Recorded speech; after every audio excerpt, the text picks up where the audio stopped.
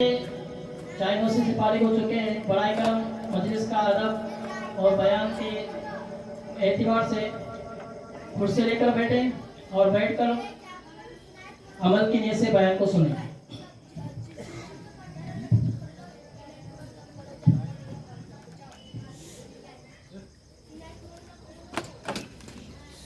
الحمد لله رب العالمين اللهم صل وسلم وبارك على سيدنا ونبينا محمد وعلى آله وصحابه أجمعين قال الله تبارك وتعالى في القرآن المجيد ومن آياته أن خلق لكم من أنفسكم أزواجا لتسكنوا إليها وجعل بينكم مودة ورحمة إن في ذلك لآيات لقوم يتفكرون وقال النبي صلى الله تعالى عليه وسلم يا معشر الشباب من استطاع منكم الباءة فليتزوج فإنه أغض للبصر وأحسن للفرج ومن لم يستطع فعليه بالصوم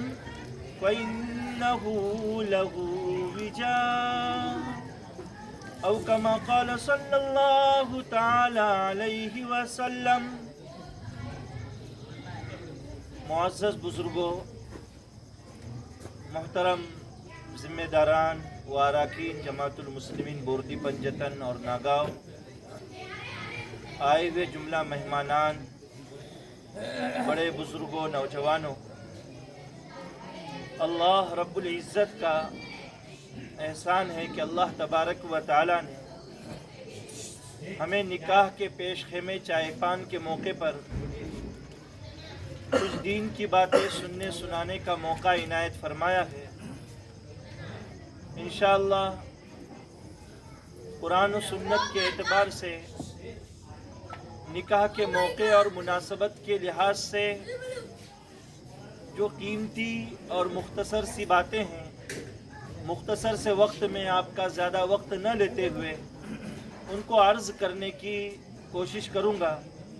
اللہ تبارک و تعالی سیدھی سچی اچھی باتیں کہنے کی توفیق عنایت فرمائے، اور اللہ تبارک و تعالی ہم تمام کو ان تمام باتوں پر عمل کرنے کی سعادت اور عمل کرنے کی توفیق نصیب فرمائے، آمین۔ انبیاء کرام علیہم السلام کی 4 سنتیں اور 4 طریقے ایسے رہے ہیں جو تمام ہی انبیاء کرام علیہم السلام نے اختیار کیے ہیں۔ حدیث پاک میں نبی کریم صلی اللہ تعالی علیہ وسلم نے ان کی وضاحت فرمائی ہے۔ ایک تو مسواک ہر نبی کی سنت رہی ہے، دوسرا تعطر یعنی اپنے آپ کو خوشبو سے مہکانا، خوشبو کا استعمال کرنا، صفائی ستھرائی، یہ انبیاء کرام علیہم السلام کی سنت رہی ہے۔ اسی طریقے سے نبیوں کی سنت کے اندر ایک چیز ختنے کی داخل ہے، اور ایک عظیم چیز جس موقع سے بات عرض کی جا رہی ہے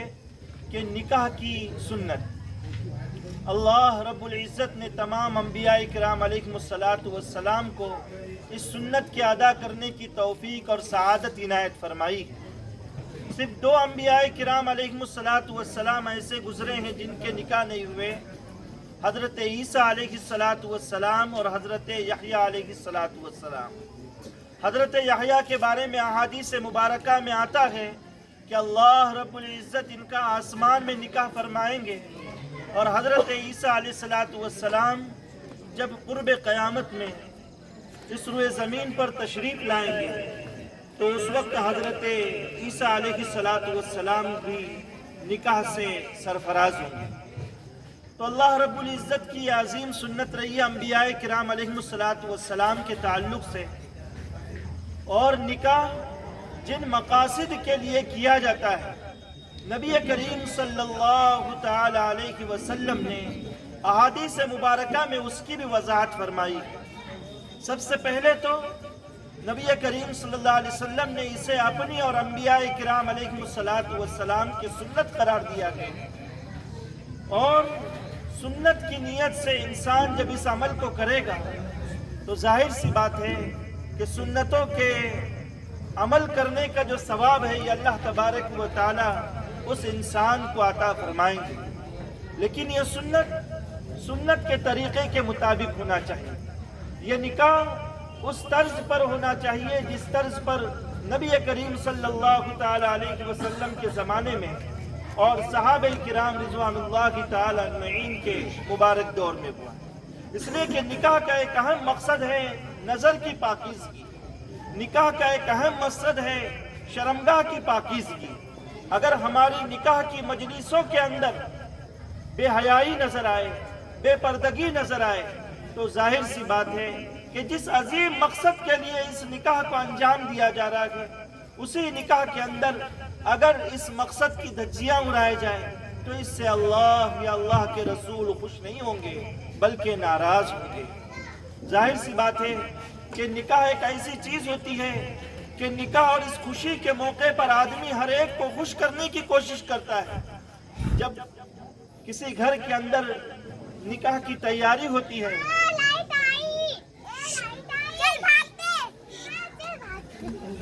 جب کسی گھر کے اندر نکاح کی تیاری ہوتی ہے تو ظاہر سی بات ہے کہ گھر کے بڑے، خاندان کے بڑے بیٹھ کر جو رشتہ دار ناراض ہوتے ہیں یا جو دوست و احباب ناراض ہوتے ہیں یا محلے اور گلی کے اور بستی کے جو لوگ ناراض ہوتے ہیں، کوشش کی جاتی ہے کہ ان کو کس طریقے سے خوش کیا جائے یا ان کو کس طریقے سے راضی کیا جائے، یہاں تک کہ آدمی اپنے گھر کے اندر کام کرنے والے اور اپنے جو ہے یعنی کچھ معمولی وہ لوگ کہ جن کی معاشرے کے اندر بظاہر کوئی حیثیت نہیں سمجھی جاتی، ان کو بھی اس موقع پر خوش کرنے کی کوشش کرتا ہے۔ تو دوستو بزرگوں، اگر اس نکاح کے موقع پر ہمیں اللہ کو راضی کرنا نہ پڑے یا رسول اللہ صلی اللہ علیہ وسلم کی ناراضگی کا سامان ہو جائے تو ظاہر سی بات ہے نکاح کے ذریعے سے جو برکتیں میسر ہے یا نکاح کے ذریعے سے جو معاشرے کے اندر خیر وجود میں آنے والا ہے وہ خیر اور وہ برکتیں وجود میں نہیں آتی، اور ہم دیکھتے ہیں کہ آئے دن ہمارے نکاحوں کے اندر جو بے برکتیاں ہوتی ہیں اور اس کے نتیجے میں جس قسم کے اعمال انجام دیے جا رہے ہیں یہ بذات خود ہمارے اپنے جو ہے یعنی ہمارے اپنے عمل کا ایک نتیجہ ہوتا ہے، ہمارے اپنے عمل کا جو ہے ایک قسم کا نتیجہ ہوتا ہے۔ اس لیے اس وقت میں ہمیں کوشش کرنی چاہیے کہ ہم نکاح کے وقت میں جیسے انسانوں کو خوش کرنے کی کوشش کرتے ہیں، ہم اللہ اور اللہ کے رسول صلی اللہ تعالی علیہ وسلم کو بھی خوش کرنے کا سامان کریں، اور نبی کریم صلی اللہ علیہ وسلم کی رضا والے اعمال کس طریقے سے پیش آئے اس کا ہم جو ہے ایک قسم کا چلن کریں۔ اللہ رب العزت نے نکاح کے ذریعے سے انسانیت میں نسل صالح کے پھیلانے کا ایک عظیم ذریعہ بنایا ہے، اور نکاح کے اندر جو ہے میاں بیوی کے لیے بہترین ہدایات نبی کریم صلی اللہ تعالی علیہ وسلم نے دیے ہیں۔ ان ہدایات کو بھی ہمیں پیش نظر رکھنا چاہیے کہ اللہ کے رسول صلی اللہ علیہ وسلم نے شوہر کو کیا ہدایت دی ہے، اللہ کے رسول صلی اللہ علیہ وسلم نے بیوی کو کیا ہدایات دی ہے۔ احادیث صحیحہ میں ایک واقعہ آتا ہے کہ ایک صحابی نبی کریم صلی اللہ علیہ وسلم کے پاس دورے مسجد نبوی کے اندر تشریف لاتے ہیں اور آ کر عرض کرتے ہیں، اللہ کے رسول صلی اللہ علیہ وسلم میرا اونٹ پاگل ہو گیا۔ اونٹ ایک عجیب الخلقت جانور ہے، اللہ تبارک و تعالیٰ نے اس کو بہت سے کاموں کے اندر استعمال کیا ہے۔ قرآن کریم میں بھی اللہ تبارک و تعالیٰ نے اس کی عجیب خلقت کو بیان فرمایا ہے، اور عربوں کا ایک جو ہے مرغوب اور بہترین پسندیدہ جانور ہے۔ دوسرے جانوروں پر سواری کرنی ہو تو آدمی کو جو ہے چھلانگ لگا کر ان پر بیٹھنا پڑتا ہے یا بیٹھنے کے لیے انتظام کرنا پڑتا ہے. یہ جانور خود بخود جو ہے نیچے بیٹھتا ہے اور یہ جانور انتہائی وفادار بھی ہوتا ہے. لیکن اگر یہ بدک جائے، اگر یہ پاگل ہو جائے تو کئی لوگوں کی جو ہے زندگیوں کو اجاڑنے کا سبب بھی بنتا ہے اور اس کا کینہ اور اس کی دشمنی بے حد مشہور رہتی ہے. تو اس صحابی رضی اللہ تعالیٰ عنہ نے آ کر عرض کیا کہ رسول اللہ صلی اللہ علیہ وسلم میں اسے اپنے باغ کے اندر جو ہے رکھ کر آیا ہوں. اس وقت جو ہے عربوں کی جو باغ رہتے تھے اس میں 4 دیواری رہتی تھی تو اس میں وہ اونٹ بندھا ہوا تھا. اللہ کے رسول صلی اللہ علیہ وسلم فوراً صحابہ کرام رضوان اللہ تعالی عنہم کی جماعت کے ساتھ ان صحابی کے باغ کے اندر تشریف لے گئے. ان صحابی کے باغ کے اندر تشریف لے گئے. صحابہ ڈرے ہوئے تھے اس لیے کہ وہ جانتے تھے کہ اونٹ جب بدک جاتا ہے، پاگل ہو جاتا ہے، بے قابو ہو جاتا ہے تو وہ تو جو ہے یعنی انسانوں کو مارنے کے لیے دوڑتا ہے، کھوپڑیاں جو ہیں اکھاڑ دیتا ہے. اور نبی کریم صلی اللہ علیہ وسلم جو ہے بے دھڑک اس کے سامنے جا رہے ہیں. وہ اونٹ دوڑتے ہوئے نبی کریم صلی اللہ علیہ وسلم کے قریب آ رہا تھا. راوی فرماتے ہیں کہ ہمارے تو ہاتھ پیر پھولنے لگے، کانپنے لگے کہ کہیں یہ اونٹ نبی کریم صلی اللہ علیہ وسلم کو تکلیف نہ پہنچائے. لیکن یہ کیا، جب ایک اونٹ ایک فاصلے پر نبی کریم صلی اللہ علیہ وسلم کے قریب آ گیا تو آتے ہی نبی کریم صلی اللہ علیہ وسلم کے سامنے وہ سجدہ ریز ہو گیا. سجدہ ریز ہو گیا اور آپ صلی اللہ علیہ وسلم کے سامنے سجدے میں جا کر رونے لگا. تو صحابہ کرام رضوان اللہ تعالی اس وقت جو جمع تھے انہوں نے عرض کیا کہ اللہ کے رسول یہ بے زبان جانور یہ آپ کو سجدہ کر رہا ہے تو ہم لوگ تو اشرف المخلوقات انسان اس بات کے زیادہ لائق ہے کہ ہم آپ کے سامنے سجدہ تعظیمی کریں. اس لیے کہ سجدہ تعبدی اور عبادت والا سجدہ صرف اور صرف اللہ تعالیٰ کے لیے ہی ہوگا. صحابہ تعظیمی سجدے کی اجازت مانگ رہے تھے تو نبی کریم صلی اللہ تعالی علیہ وسلم نے اس وقت بہت ہی بہترین جملہ ارشاد فرمایا. نبی کریم صلی اللہ علیہ وسلم نے فرمایا کہ اگر میں اور میری شریعت کے اندر کسی کے لیے سجدہ جائز ہوتا، سجدہ تعظیمی جائز ہوتا تو میں عورت کو حکم دیتا کہ وہ اپنے شوہر کے سامنے سجدہ ریز ہو جائے. لیکن میری شریعت کے اندر سجدہ تعظیمی کی بھی اجازت نہیں ہے. اس سے ایک عورت کے سامنے نبی کریم صلی اللہ علیہ وسلم نے شوہر کے مقام کو کھول کر اور واضح کر کے رکھ دیا کہ شوہر کا کتنا اونچا مقام ہے. وہیں پر نبی کریم صلی اللہ علیہ وسلم نے بیویوں کا بھی مقام اللہ کے رسول صلی اللہ تعالی علیہ وسلم نے بیان فرمایا. ایک صحابی گئے حضرت انجشہ رضی اللہ تعالیٰ عنہ. ایک سفر سے جب آپ صلی اللہ علیہ وسلم واپس آ رہے تھے تو مستورات بھی اور عورتیں بھی اللہ کے رسول صلی اللہ علیہ وسلم کے ساتھ صحابیات بھی قافلے کے اندر تھی. اللہ کے رسول صلی اللہ علیہ وسلم کی عادت شریفہ تھی کہ عورتوں کی نگرانی کے لیے کسی ایک صحابی کو مقرر فرمایا کرتے تھے. تو نبی کریم صلی اللہ علیہ وسلم نے ایک صحابی حضرت انجشہ کو مقرر کیا. حضرت انجشہ جو ہے اپنی سواری بھی تیز بھگا رہے تھے اور ان عورتوں کی سواریوں کو بھی تیز بھگا رہے تھے. نبی کریم صلی اللہ علیہ وسلم نے اس وقت ایک جملہ ارشاد فرمایا. احادیث میں اس سنہرے حروفوں میں لکھا گیا ہے رفقا بالقواریر یا انجشہ، اے انجشہ یہ آبگینے ہیں، یہ آبگینے ہیں جسے ہم کہتے ہیں کہ جب ہم کوئی سامان جو ہے پلین میں لاتے ہیں تو جو کانچ کا سامان ہوتا ہے اس پر ہم فریجائل کا جو اسٹیکر لگاتے ہیں. تو نبی کریم صلی اللہ علیہ وسلم نے فرمایا کہ اے انجشہ یہ تو شیشے ہیں، ان کو ذرا سنبھال کے استعمال کرو اور ان کے ساتھ نرمی کا معاملہ کرو، ان کے ساتھ جو ہے نرمی کا برتاؤ کرو. محدثین نے لکھا ہے کہ اللہ کے رسول صلی اللہ علیہ وسلم نے اس جملے کے اندر عورتوں کی فطرت کہ ان کی فطرت کے اندر جو ہے ایک نازک پنا ہوتا ہے، ان کا مزاج بڑا نازک ہوتا ہے، اس مزاج کو شوہر کو سمجھنا یہ ضروری ہے. وہ مزاج شوہر کو سمجھ میں آنا چاہیے. اللہ تعالیٰ نے اس کی فطرت میں نزاکت رکھی ہے، اس کی فطرت میں جذبات رکھے ہیں. وہ جلدی سے جو ہے بے قابو ہو جاتی ہے. وہ اس کے فطری جذبات بھی جو ہے وہ اس کے لیے خالق کائنات کی طرف سے اس کے لیے ایک تحفہ ہے. اس لیے کہ اگر ماں کے اندر وہ جذبہ نہ ہوتا تو ظاہر سی بات ہے کہ وہ بچے کی پرورش اس لجاجت کے ساتھ اور اس بہترین انداز میں نہ کرتی جس انداز میں وہ پرورش کر رہی ہے. ایک بچہ رات کے 1:30-2 بجے بھی اگر روتا ہے تو سب سے پہلے ماں جاگتی ہے، اپنی نیند کاٹ کر اس بچے کو جو ہے خوشی فراہم کرنے کے لیے سبب مہیا کرتی ہے. اللہ کے رسول صلی اللہ علیہ وسلم جو ہے اپنی عورتوں کے ساتھ کیسا برتاؤ کرتے تھے. اللہ کے رسول صلی اللہ علیہ وسلم سے زیادہ کس کو مشغولی تھی؟ احادیث میں آتا ہے کان رسول اللہ صلی اللہ علیہ وسلم متواصل الاحزان دائم الفکرہ لیست رہو راحت.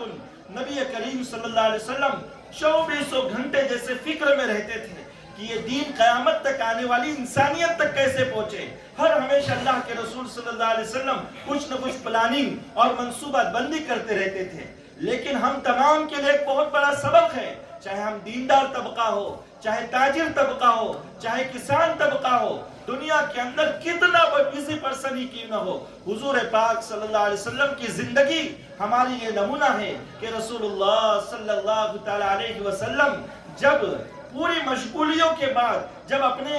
حجرے مبارکہ میں اور اپنی بیویوں کے پاس جب تشریف لاتے تھے تو نبی کریم صلی اللہ علیہ وسلم باہر کا ٹینشن کبھی بھی جو ہے اپنے گھر میں نہیں. ماں عائشہ فرماتی ہے کہ ہمیشہ مسکراتے چہرے کے ساتھ اللہ کے رسول صلی اللہ تعالی علیہ وسلم تشریف لاتے تھے، ہمیشہ مسکراتے چہرے کے ساتھ. چاہے بہت بڑی آفت مدینہ پر آ پڑی ہو، چاہے بہت بڑا مسئلہ جو ہے صحابہ کو پیش آیا ہو، لیکن گھر میں کبھی اس مسئلے کے جو ہے آثار نمایاں نہیں ہوتے تھے. گھر میں کبھی بھی اس مسئلے کے آثار نمایاں نہیں ہوتے تھے. اس لیے اللہ کے رسول صلی اللہ علیہ وسلم نے فرمایا کہ تم میں سے بہترین وہ ہیں جو اپنے گھر والوں کے لیے اور اپنی بیویوں کے لیے جو ہے بہترین. آدمی باہر تو دوستوں کے ساتھ خوش مزاجی کا اور ظرافت کا اور اچھی طبع کا اظہار کرتا ہے، لیکن گھر میں جانے کے بعد اس کا مزاج بدل جاتا ہے. اللہ کے رسول صلی اللہ علیہ وسلم فرماتے ہیں کہ تم میں بہترین وہ ہے جو اپنی بیوی کے ساتھ اور اپنے گھر والوں کے ساتھ بہترین برتاؤ کرے. بندے کا تعلق چونکہ دارالقضا سے ہے اور یہ مسئلے ازدواجی اعتبار سے میاں بیوی کے اعتبار سے پیش آتے رہتے ہیں. ایک معاملہ ہمارے دارالقضا میں آیا، 2 کپل تھے، نئی شادی ہوئی تھی، دیندار گھرانے کے تھے، لیکن مزاج ان کا جم نہیں رہا تھا اور دونوں جو ہے اس بات پر آمادہ ہو کر آئے تھے، بالکل ریڈی ہو کر آئے تھے، وہ بھی اور ان کے گھر والے بھی اور سارے لوگ، کہ دونوں کو جو ہے مصلحت اور حکمت کے ساتھ خوش اسلوبی کے ساتھ الگ کر دیا جائے تو یہ بہتر ہے. خوش اسلوبی کے ساتھ الگ کیا جائے تو بہتر ہے. تو بندے نے دونوں کی سٹوری سنی،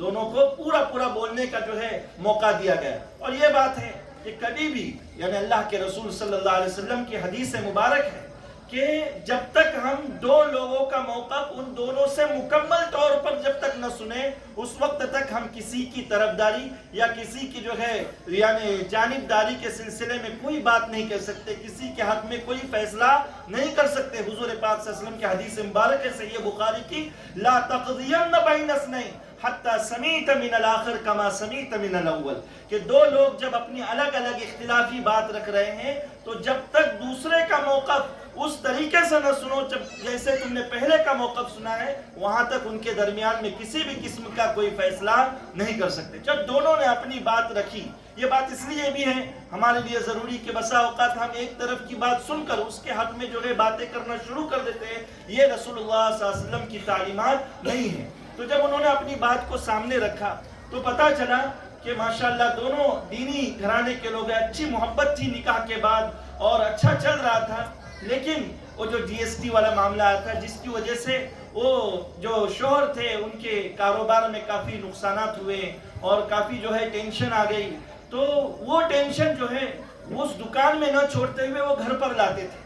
اور بیوی کے ساتھ آ کر جو ہے مزاج کے بگڑنے کے ساتھ جو ہے گھر میں داخل ہوتے تھے. نہ ہنسنا نہ کھیلنا، ادھر بیوی گھر میں انتظار میں رہتی تھی کہ نکاح کے بعد 4-6 مہینے تو ماشاءاللہ اچھے گئے اور اس کے بعد جو ہے کسی قسم کی کوئی بات ہی نہیں کر رہے ہیں. تو میں نے ان کو ایک کہا کہ بھائی دیکھیے آپ لوگ بالکل ریڈی ہو کر آئیے، یہاں تک کہ وہ پورے یعنی کاغذات وغیرہ بھی اور جو بھی ادا کرنا تھا وہ ساری چیزیں لے کر آئے تھے. میں نے کہا ایک موقع 1 مہینے کا آپ کو ہم دیتے ہیں، 1 مہینے کا ایک موقع دیتے ہیں. شوہر سے اس بات کو کہا گیا کہ دیکھیں اللہ کے رسول صلی اللہ علیہ وسلم کی یہ تعلیمات ہیں، آپ جب اپنے دکان کو بند کر کے آتے ہیں نا تو آپ اپنی فکریں، آپ اپنی سوچ، آپ کا جو بھی ٹینشن ہے، دکان کا جو تالا بند کرتے ہو اس کے ساتھ وہ فکریں بھی وہاں سے چھوڑ دو، اس لیے کہ آپ رسول اللہ صلی اللہ علیہ وسلم سے زیادہ بڑے مشغول نہیں ہیں. حدیث پاک سے پتہ چلتا ہے کہ اللہ کے رسول صلی اللہ علیہ وسلم سب سے زیادہ مشغول تھے، لیکن اس کے باوجود رسول اللہ صلی اللہ علیہ وسلم نے کبھی ان فکروں کو اپنے گھر کے اندر جو ہے لا کر ازواج مطہرات کے ساتھ مزاج کا بگاڑ پیش نہیں کیا. تو آپ اپنا ٹینشن وہاں چھوڑ کر آ جاؤ.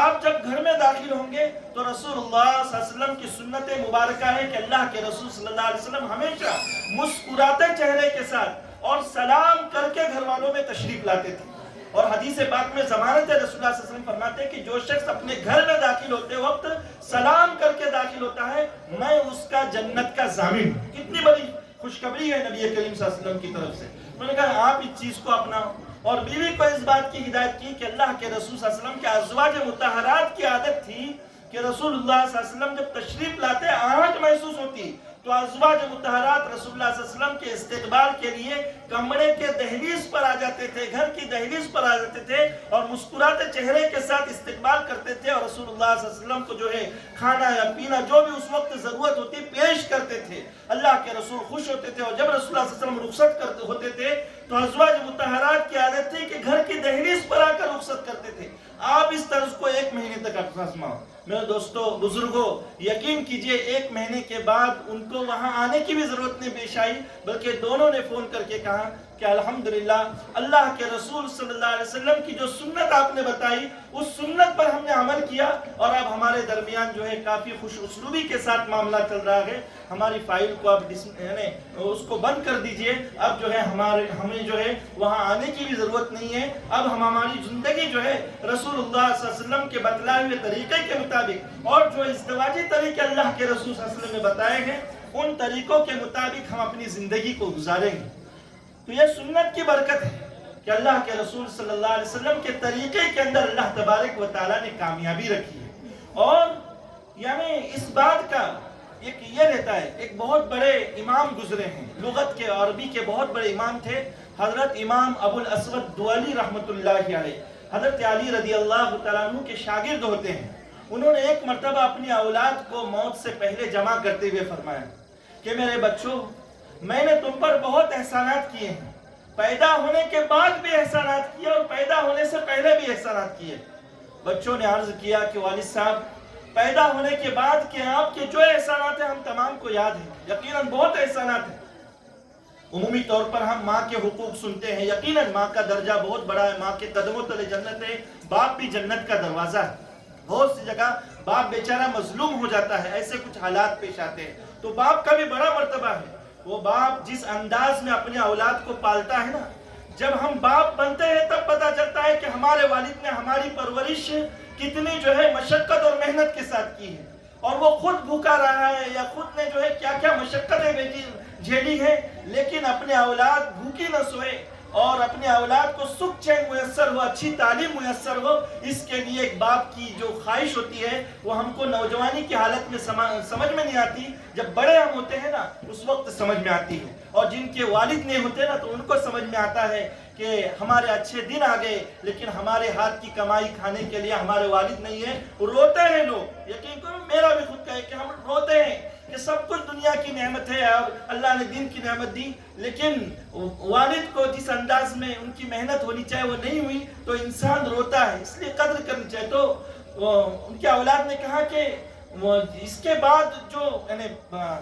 پیدائش کے بعد جو آپ کے احسانات ہمیں یاد ہیں، لیکن پیدائش سے پہلے آپ کا کیا احسان ہے وہ ہمیں بتائیے۔ تو انہوں نے کہا کہ دیکھیے، جب میرے نکاح کی عمر ہوئی میری خواہش یہ تھی، میرے جذبات یہ تھے کہ میں خوبصورت اور حسب و نسب والی عورت سے نکاح کروں، لیکن جس عورت کے پاس میرا پیغام جانا تھا اس کے اخلاق کے بارے میں نے معلومات لی تو اس کے اخلاق اتنے اچھے نہیں تھے کہ وہ آئندہ چل کر میرے اولاد کی اس بہترین انداز میں پرورش اور تربیت کر سکے، تو میں نے ایک بدصورت عورت سے نکاح کیا۔ میرے خواہشات کو میں نے دبایا اور تمہاری پرورش کو میں نے مقدم کیا ہوں، یہ میرا تم پر ایک احسان ہے۔ تو وہ اولاد رونے لگی کہ والد صاحب یقیناً آپ نے ہمیں بہترین ماں جو ہے فراہم کی۔ تو اللہ کے رسول صلی اللہ علیہ وسلم کی ایک حدیث مبارک ہے، اس کا ترجمہ کر کے اپنی بات ختم کروں گا، جو نکاح کے موقع پر ہم سنتے ہیں نبی کریم صلی اللہ علیہ وسلم فرماتے ہیں کہ لوگ نکاح کرتے ہیں 4 مقاصد اور 4 چیزیں عورت کی دیکھ کر، تنکح المرأة لأربع لمالها، اس کا مال دیکھ کر۔ بسا اوقات آدمی کسی عورت کو پیغام بھیجتا ہے کہ وہ مالدار ہے تو آئندہ ہو سکتا ہے کہ اس کی وراثت میں سے اس کو بھی حصہ مل جائے، اس کے مال میں سے، تو یہ بھی مالدار ہو جائے گا، یہ بھی مقصد رہتا ہے، یہ حسب یا اس کے حسب نسب یا خاندان کی عظمت کی بنیاد پر بھی نکاح کرتا ہے۔ اور آگے ہے کہ لجمالہا، اس کی خوبصورتی کی بنیاد پر بھی اس سے نکاح کرتا ہے، لدینہا، اور چوتھا مقصد دینداری کو دیکھ کر بھی نکاح کرتا ہے۔ اللہ کے رسول صلی اللہ علیہ وسلم نے فرمایا کہ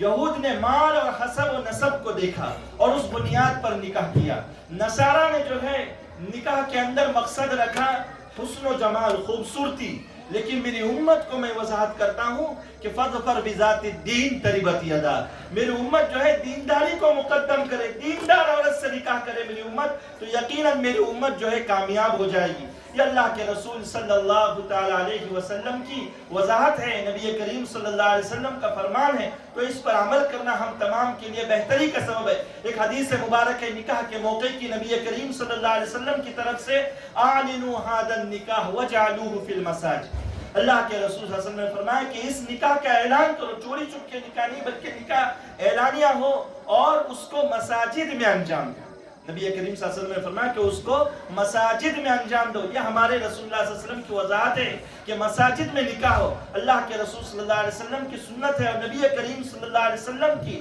جتنی صاحبزادیاں تھیں ان تمام کے نکاح، خود اللہ کے رسول صلی اللہ علیہ وسلم کے نکاح یہ مساجد کے اندر ہوئے ہیں۔ اللہ کے رسول صلی اللہ علیہ وسلم کے نکاح مساجد کے اندر ہوئے ہیں، اس لیے کہ نکاح کے موقع پر ایک دعا کا ماحول ہوتا ہے، تو ظاہر سی بات ہے یہ سارا ماحول دعاؤں کا کہاں، یعنی مساجد کے اندر جو مہیا ہو سکتا ہے وہ دوسری جگہ پر مہیا نہیں ہو سکتا۔ ایک بات دیکھیے، یہ جتنے کرسچن ہیں، عیسائی لوگ ہیں، ان کا بڑا سے بڑا شہزادہ کیوں نہ ہو، بادشاہ کیوں نہ ہو، آج بھی ان کے نکاح چرچ میں ہوتے ہیں۔ وہ اپنے پادری کو منڈپ پہ نہیں بلاتے، بلکہ اتنی تعظیم ہے ان کے اندر کہ وہ چرچ میں جاتے ہیں اور پادری کے سامنے جو ہے کھڑے ہو کر جو بھی ان کے رسم و رواج کے مطابق نکاح ہوتا ہے وہاں پر ہوتا ہے۔ یعنی حالانکہ حضرت عیسیٰ علیہ السلام کی طرف سے کوئی وضاحت نہیں ہے کہ نکاح چرچ میں ہونا چاہیے یا ان کے معبد میں ہونا چاہیے، ہمارے نبی کی وضاحت ہے، لیکن اس کے باوجود بھی ہم یعنی بطور کوتاہی کے اس فرمان کو چھوڑ کر ہم اپنے گھروں کے سامنے یا منڈپوں میں نکاح کرنے کی کوشش کرتے۔ جائز تو ہے، کوئی بات نہیں، لیکن اللہ کے رسول صلی اللہ علیہ وسلم نے برکت کا سبب، نورانیت کا سبب اس بات کو قرار دیا ہے کہ نکاح مساجد کے اندر ہو، تو ظاہر سی بات ہے کہ نکاح کے ذریعے سے جو برکتیں میسر ہونے والی ہیں وہ برکتیں اسی صورت میں حاصل ہوں گی، اور آدمی جو ہے بہت سی خرافات سے اور غلط چیزوں سے انشاءاللہ بچ جائے گا۔ اور جو چیز سمجھ میں آتی ہے کہ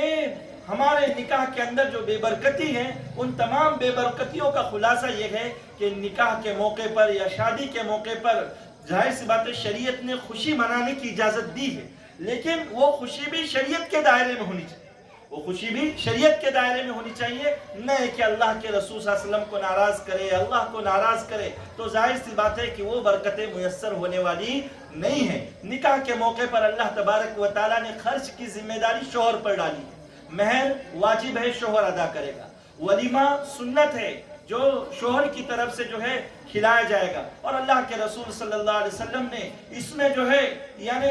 اللہ کے رسول صلی اللہ علیہ وسلم کے جو متعدد نکاح ہوئے ہیں ان نکاحوں پر اگر ہم غور کریں گے تو الگ الگ ٹائپ کا ولیمہ رہا ہے۔ سب سے بہترین ولیمہ نبی کریم صلی اللہ علیہ وسلم نے جو کھلایا ہے وہ حضرت زینب بنت جہش رضی اللہ تعالیٰ عنہ سے نکاح ہوا ہو اس پر کھلایا۔ صحابہ سے پوچھا گیا، بخاری شریف کی حدیث ہے کہ اللہ کے رسول صلی اللہ علیہ وسلم نے کیا کھلایا اس موقع پر، تو فرمایا کہ گوشت اور روٹی کھلائی نبی کریم صلی اللہ علیہ وسلم نے۔ سب سے بہترین ولیمہ وہ اس لیے کہ یہ نکاح دنیا کا واحد نکاح ہے جو اللہ تعالیٰ نے پڑھایا تھا آسمان پر۔ سورہ احزاب میں اس کی وضاحت ہے، وَطَرًا زَوَّجْنَاكَ، ایک مکمل اس کی جو ہے کہانی ہے، بیک گراؤنڈ ہے، اس میں جانا نہیں ہے، لیکن وہ بہترین ولیمہ تھا۔ ایک نکاح نبی کریم صلی اللہ علیہ وسلم کا حضرت صفیہ سے ہوا ہے سفر کی حالت میں، تو نبی کریم صلی اللہ علیہ وسلم نے وہ بھی ایک طریقہ بتایا کہ کوئی دوست غریب ہے تو ضروری نہیں کہ وہ جو ہے قرض لے کر یا سودی قرض لے کر جو ہے لوگوں کو دعوت کھلائے، بلکہ اس کے دوستوں کا فریضہ بنتا ہے کہ وہ اپنے اپنے گھر سے جو ہے کھانا لے آئے، ایک جگہ پر جمع کرے، وہ بھی ولیمہ ہو سکتا ہے۔ اللہ کے رسول صلی اللہ علیہ وسلم نے اعلان کیا کہ کس کے پاس کچھ ہے، جس کے پاس جو لے کر آؤ، صحابہ کے پاس جس کے پاس کھجور تھے، جس کے پاس ستو تھا، جس کے پاس جو چیز تھی، ایک دسترخوان پر بچھایا گیا اور اس دسترخوان پر جو ہے یعنی اس دسترخوان پر وہ چیزیں رکھی گئی۔ گئی اور نبی کریم صلی اللہ علیہ وسلم نے کہا کہ یہ ولیمہ ہے حضرت صفیہ کا، اس ولیمے کو نوش کرو. تو یہ بھی طریقہ نبی کریم صلی اللہ علیہ وسلم نے بتایا. ام سلمہ رضی اللہ تعالیٰ عنہ سے نکاح ہوا، حضرت انس کی والدہ نے حلوہ بنا کر جو ہے تھال کے اندر بھیج دیا اور وہ تھالہ صحابہ میں تقسیم ہوا اور اس میں برکت ہوئی. 300 کے قریب صحابہ کرام نے کھایا. تو وہ ولیمہ بھی نبی کریم صلی اللہ علیہ وسلم نے کھلایا ہے. مہر وہ بھی انسان کو اپنی وسعت اور طاقت کے مطابق دینا چاہیے. مہر بھی وسعت اور طاقت کے مطابق دینا چاہیے. اللہ کے رسول صلی اللہ علیہ وسلم کے جو متعدد نکاح ہوئے اس میں جو متعدد مہر رہ گئے، اللہ کے رسول صلی اللہ علیہ وسلم کی جیسی مالی کیپیسٹی تھی ویسے نبی کریم صلی اللہ علیہ وسلم نے مہر ادا کیا. لیکن ایک بات یاد رکھیے، پوری نبوی زندگی کے نکاح دیکھ لیجئے احادیث میں، صحابہ کی پوری زندگیوں کے نکاح دیکھ لیجئے، کہیں بھی ادھار مہر کا تذکرہ نہیں ملے. کہیں بھی آپ کو ادھار مہر کا تذکرہ نہیں ملے گا، بلکہ نقد مہر اپنی حیثیت کے مطابق جو تھا وہ صحابہ کرام نے یا آپ صلی اللہ علیہ وسلم نے صحابہ کرام کے ذریعے سے وہ نقد مہر جو ہے دلوایا. کہ مہر جو ہے عورت کا ایک بہت بڑا حق ہے، بہت بڑا حق ہے. اس کی وہ جو ہے یعنی حدیث پاک میں آتا ہے کہ جو شخص کسی عورت سے نکاح کرے مہر بہت بڑا باندھے اپنی حیثیت سے بھی اوپر، اور اگر وہ مہر دینے کی اس کی نیت نہیں ہے تو آگے سنیے نبی کریم صلی اللہ علیہ وسلم کیا فرما رہے ہیں. تو نکاح نہیں، نبی کریم صلی اللہ علیہ وسلم فرما رہے. اتنی سخت بات اللہ کے رسول صلی اللہ علیہ وسلم کی کسی حدیث میں نہیں ملے گی. اللہ کے رسول صلی اللہ علیہ وسلم نے فرمایا فَهُوَ زِنَا فَهُوَ زِنَا فَهُوَ زِنَا. 3 مرتبہ حدیث مبارک میں اس بات کا تذکرہ ہے کہ نیت نہیں اگر دینے کی تو یہ بات ہے. اللہ کے رسول صلی اللہ علیہ وسلم کی اس موقع پر جو وضاحتیں ہیں، جو باتیں ہیں، اور آپس میں ایک دوسرے کے مزاج کو سمجھنے کی جو طریقے ہیں اور آپسی محبت اور الفت کے جو طریقے ہیں، ان طریقوں کو اگر اپنایا جائے تو ظاہر سی بات ہے کہ یہ ازدواجی زندگی کامیاب بھی بنے گی اور یہ ازدواجی زندگی جو ہے دنیا کے اندر اچھی نسل کے پھیلنے کا ذریعہ بھی بنے گی. اللہ تبارک و تعالی ہمارے اس بیٹھنے کو سننے سنانے کو قبول فرمائے. اللہ لغزشوں کو معاف فرمائے. اللہ ہونے والے نکاح کے اندر خوب برکتیں عطا فرمائے، نسل صالح کے پھیلنے کا ذریعہ بنائے. جو بے نکاحیں ہیں اللہ تبارک و تعالی ان کے لیے بہترین جوڑوں کا انتخاب فرمائے. اللہ اولاد صالح سے نوازے، اور جن کو اولاد اللہ تبارک و تعالی نے دی ہے اللہ تبارک و تعالی ان کی اولاد کو نیک و صالح بنائے. آمین. وآخر دعوانا الحمدللہ رب العالمین.